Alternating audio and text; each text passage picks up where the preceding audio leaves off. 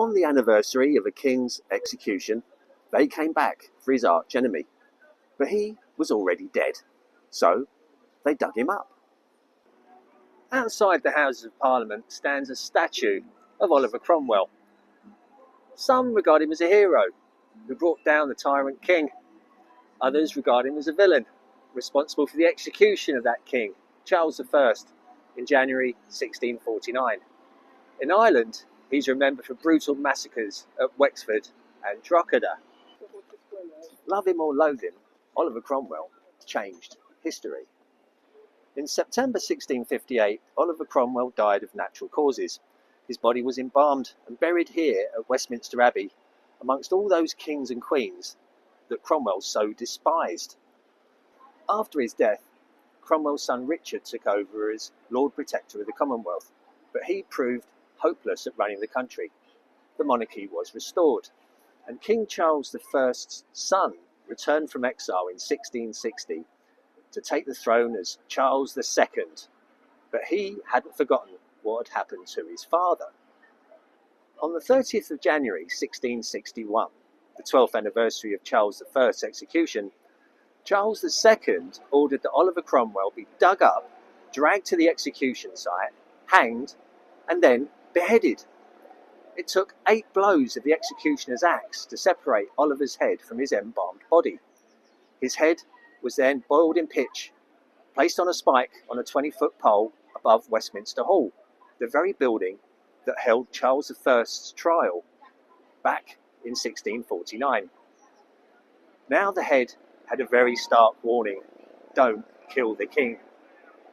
And there it stayed for over 20 years until a stormy night in 1684, the pole broke, the head fell and landed at the feet of a sentry called Private Barnes.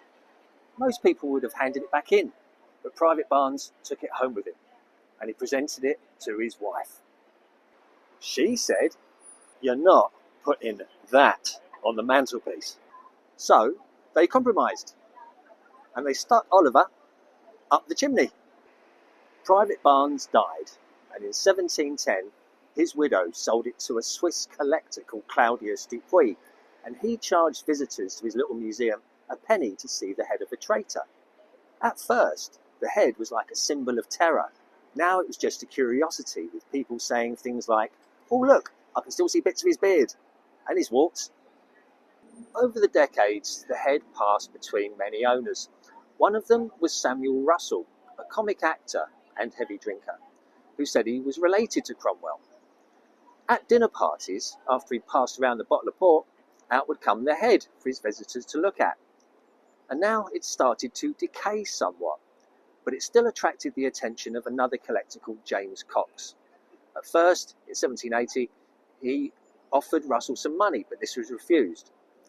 Then he started lending Russell money, and then called in the debt. Russell was unable to pay, and he surrendered the head. Cox doubled his money in 1799 when he sold it to the Hughes brothers for their Cromwell Museum in Mayfair. But after spending a fortune on advertising, rumours started to spread that the head was a fake and the exhibition was a flop. Soon after, another head appeared in Oxford at the Ashmolean Museum. Now there were 2 heads, both claiming to be Oliver Cromwell. The head was now in the possession of the Wilkinson family, and they had to bring in experts, and after a lengthy examination, they reassured Josiah Wilkinson that he was indeed in possession of the authentic head.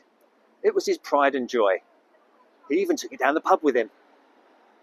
In 1957, it was inherited by one of Josiah's descendants, Horace. He didn't display the head. He didn't charge people a penny to see the head of a traitor. He didn't take it down the pub with him. In fact, he didn't even want it in the house. So he got in touch with Cromwell's old college, Sydney Sussex College, and in March 1960, Oliver Cromwell's head was finally given a secret burial. No grand ceremony, no spikes, no exhibition, just a quiet resting place so that Oliver Cromwell's head would never go wandering again.